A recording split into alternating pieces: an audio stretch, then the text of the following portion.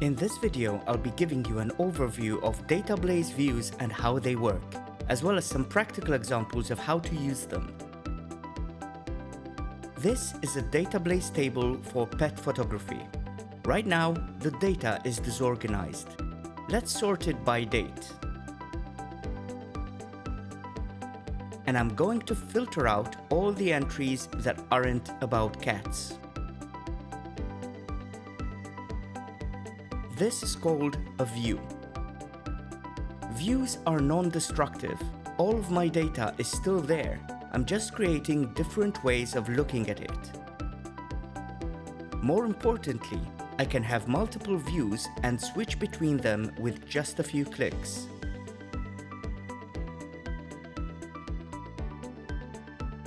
Let's create a couple of different views to slice and dice this data in different ways that's useful for me.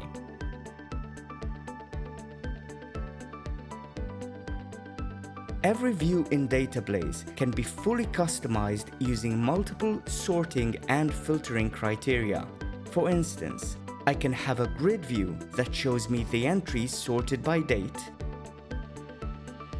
and within a specific date range.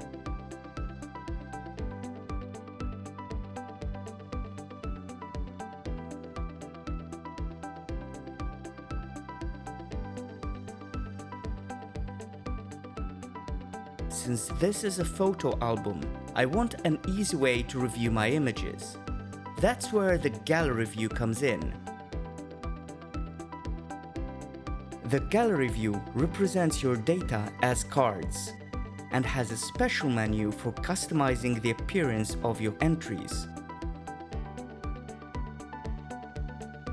Just like in grid view, you can filter and sort your entries and hide or reveal fields as needed.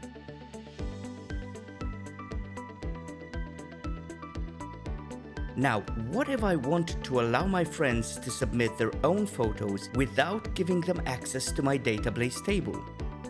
Simple. I can use the form view.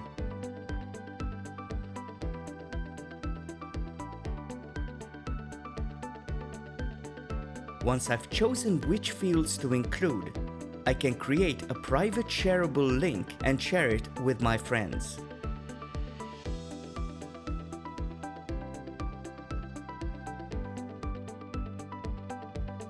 Every time someone fills in my form and submits it, the data is added to my Datablaze table and all of my views are updated dynamically. Even grid and gallery views can be shared. And viewers can apply temporary sorting and filtering without affecting anyone else.